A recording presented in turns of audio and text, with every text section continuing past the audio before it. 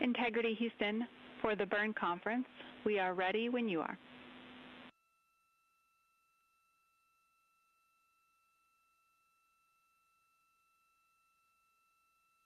Okay, Jackie, we're going to take 2 more minutes and then we'll call you back. Sounds good.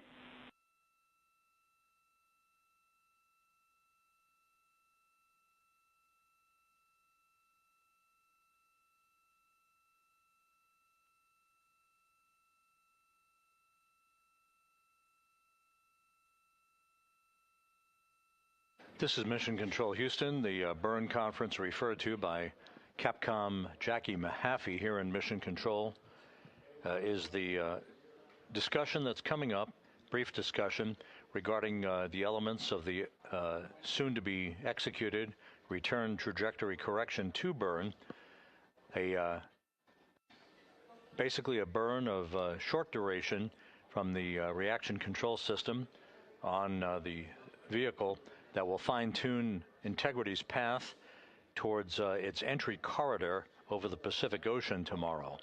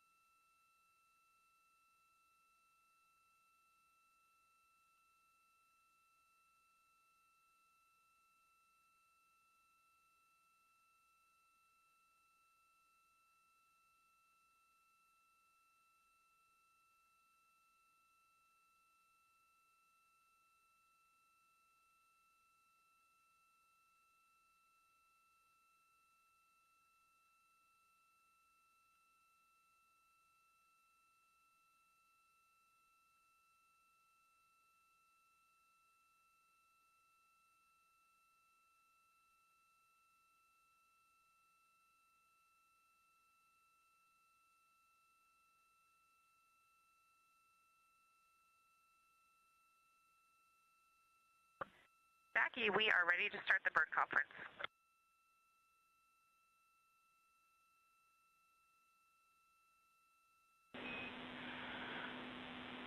All right, for our RTC2 burn pad, we think you have V1 UTC of generation day 99, 11:30. Please confirm.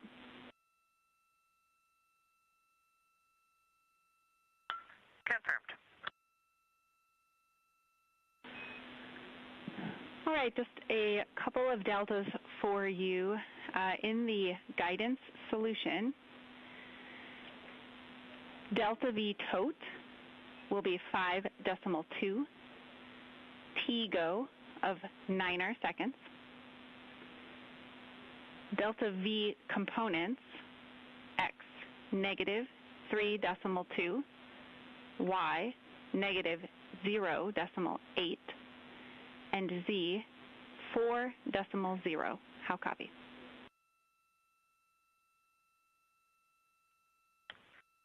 Copy all.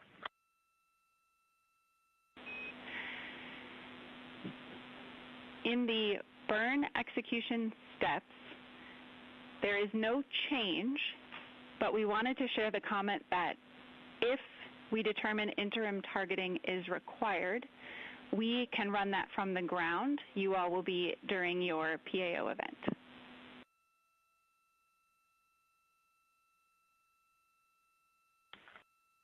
Copy. And then we do have a couple of burn notes for you. The first is a clarification, actually a delta to the first line for tank pressurization. Tank pressurization will not occur during the burn config segment, and the burn will be performed in blowdown.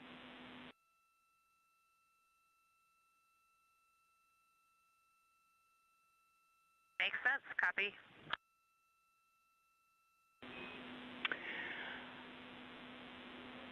We gave you a go earlier for venting ops, and We do have an OpNav pass coming up that we do not want venting during.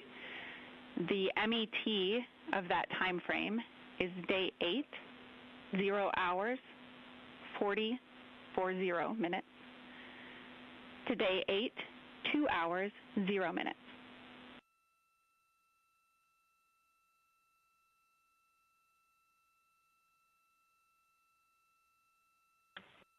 Copy.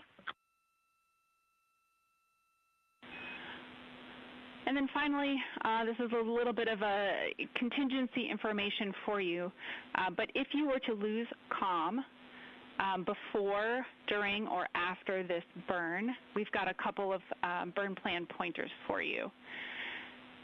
If for some reason the nominal slot 4 burn plan does not converge during any of the pre-burn targeting, we want you to use ground targets. And after the RTC2 burn, if PCL and the RTC3 targeting does not converge, we've put a burn plan called Recovery 1 into slot 5. That removes a constraint on EI, and it should ensure convergence.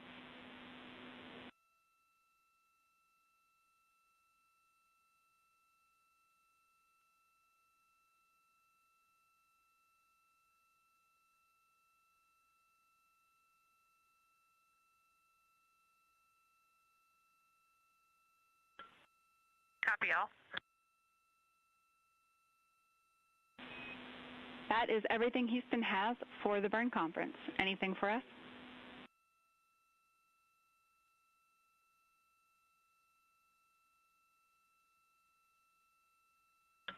Negative. We're all good up here. Thank you. All right, we're good to go, and there's absolutely no rush, but when there's a good moment, we would love a sync on cabin config.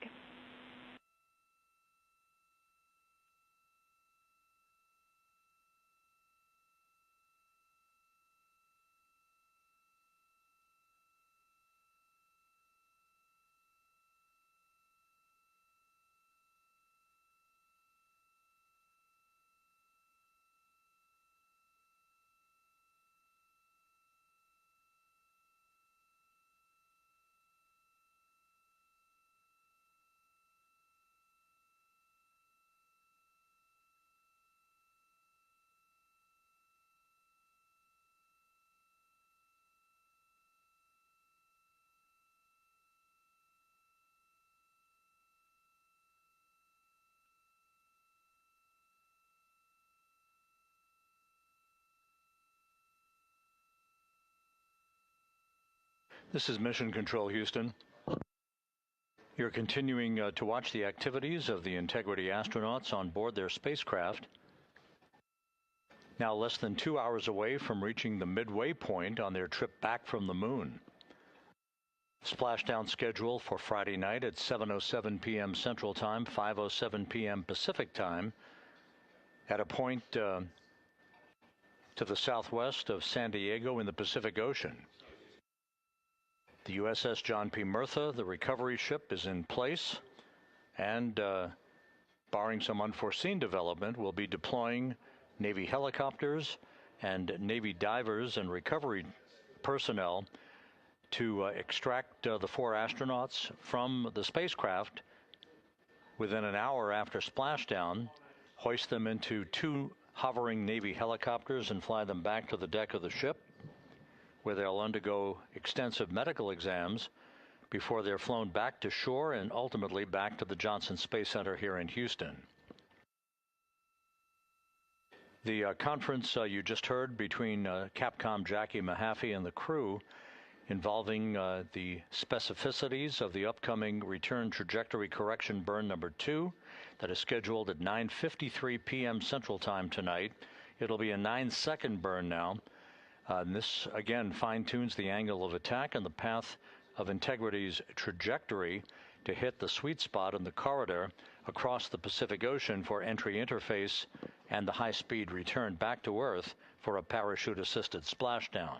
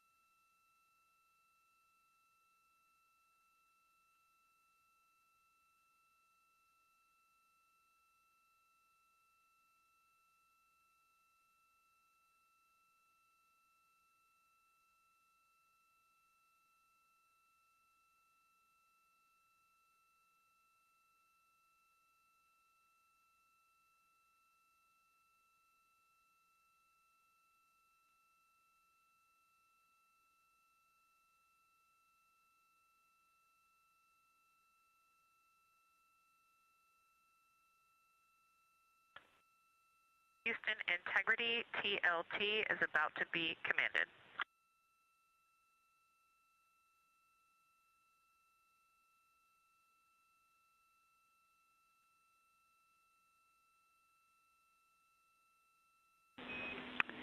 Houston copies. We're ready.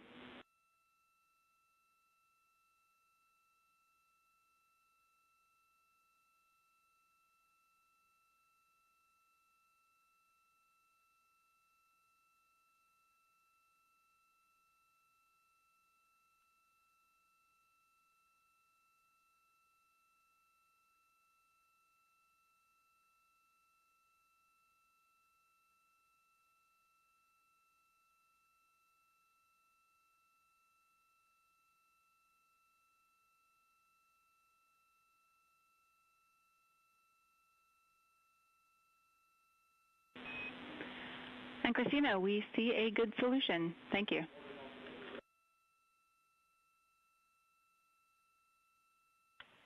Integrity copies.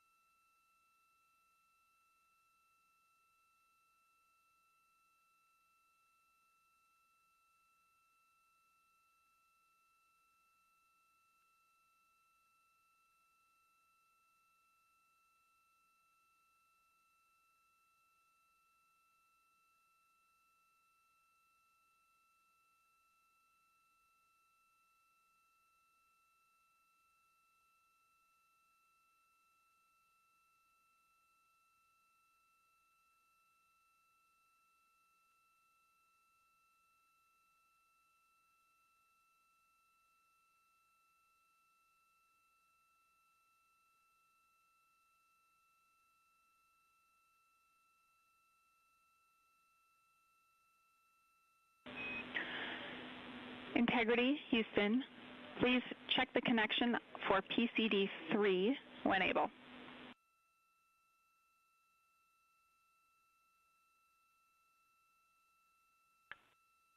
We're on it.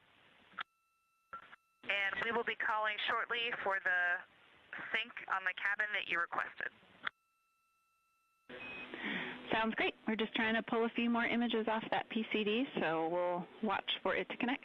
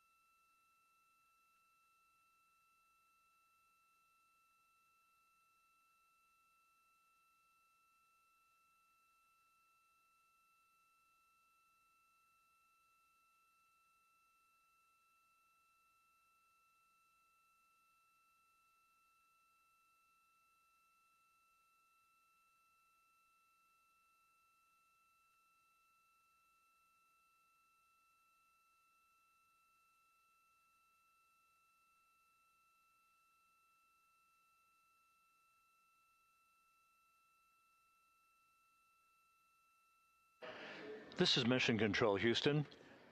7 days, 23 hours, 53 minutes into the flight of Integrity on the Artemis 2 mission, the lunar flyby of the moon that made history this week. The mission far from over, however. You are on board Integrity. On the left, Commander Reed Wiseman. In the middle, Victor Glover. Just behind Glover, almost out of the field of view, Christina Cook, and Canadian Space Agency astronaut Jeremy Hansen on the right. The crew has been busy packing up their crew cabin today. They've been reviewing entry procedures for tomorrow's return to Earth. They'll move into a midday meal here just a short time from now. We will have a public affairs event at 6:50 p.m. Central Time, where the crew, a final PAO event in which the crew will have an opportunity to talk to a number of Congress people, members of Congress who will be gathered in various locations to have a chance to talk to the crew about their adventure around the moon and to offer their congratulations. Coming up at 9:53 p.m. is the return trajectory correction burn, RTC-2 burn. That'll be a 9-second firing of the reaction control system thrusters to further fine-tune Integrity's path toward an entry corridor, a cone, if you will, across the Pacific Ocean, in which they will enter tomorrow evening to begin the high-speed return to Earth and a parachute-assisted splashdown in the Pacific at 7:07 p.m. Central Time, 5:07 p.m. Pacific Time on Friday evening.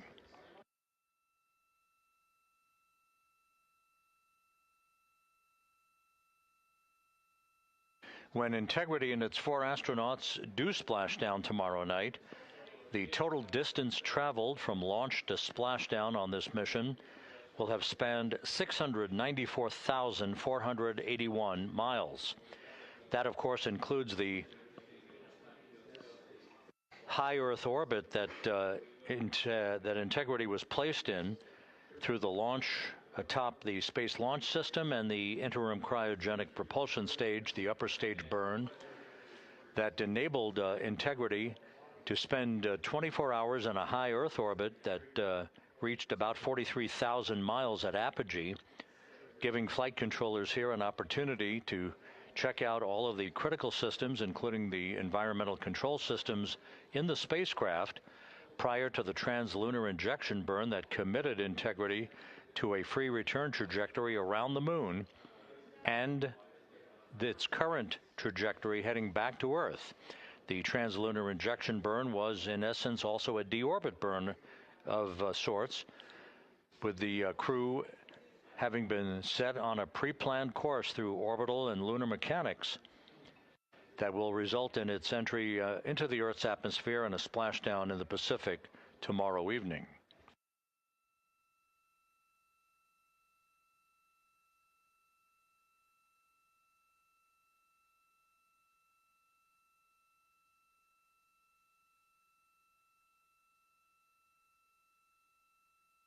All of Integrity's systems are in great shape.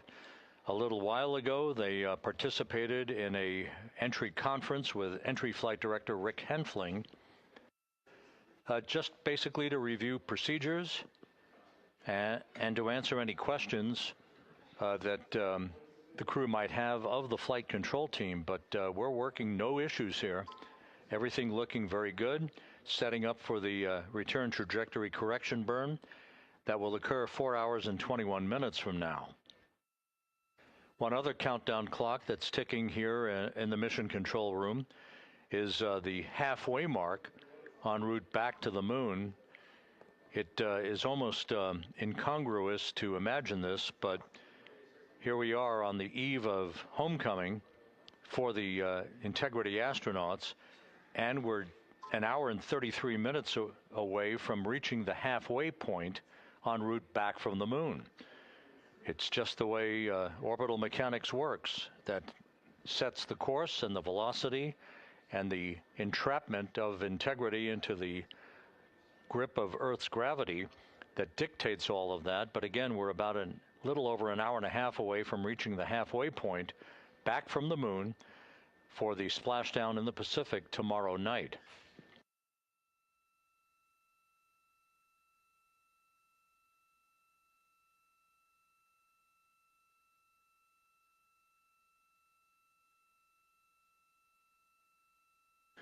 The 4 crew members are scheduled to begin their 8.5-hour sleep period at 2:05 a.m. Central Time on Friday morning. The entry team will be coming on console at 10:30 tomorrow morning to begin a handover from the planning team, or the Orbit 3 team, if you will. The crew will be awakened at 10:35 a.m. to begin their final hours in space. We'll set off to final configuration activities for the crew cabin. The final burn, the RTC-3 burn of the reaction control system jets, that will be the final critical firing to complete the fine-tuning of their path towards entry interface. That RTC-3 burn on Friday is scheduled at 1:53 p.m. Central Time. The crew will move into its entry checklist just after 4 p.m. Our NASA Plus coverage, which will be the simulcast of our 24/7 YouTube coverage that you've been watching and listening to since launch on Monday. Our NASA Plus coverage will begin at 5:30 p.m. Central Time, 6:30 p.m. Eastern Time.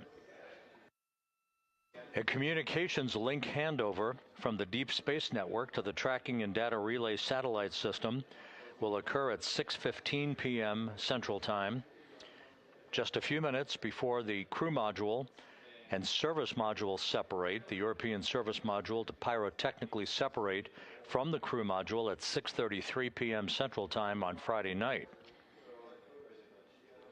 16 minutes later, at 6:53 p.m. Central Time, we will enter the Earth's atmosphere at an altitude of 400,000 feet, traveling at peak velocity at some 32 times the speed of sound. At 6:37 p.m. there will be a raise burn. This is prior to entry interface. It's about an 18-second burn that will be refined in terms of its duration tomorrow. But the raise burn will gently nudge the aft end of the vehicle to properly align it to the right angle of attack for the entrance into the Earth's atmosphere, and to provide the lessening of a buildup of heat against Integrity's heat shield as it descends through the regions of the Earth's atmosphere. We will encounter a planned 6-minute communications blackout at about 6:53 and 54 seconds p.m. Central Time. Again, this is due to the buildup of plasma around the vehicle, the ionization effect, if you will. This is typical of all high-speed entries back into Earth for any vehicle. In this case, it will last about 6 minutes. Once we regain communications with the crew, we will be just 7 minutes from splashdown, and we'll be initiating a rapid-fire succession of the deployment of series of parachutes.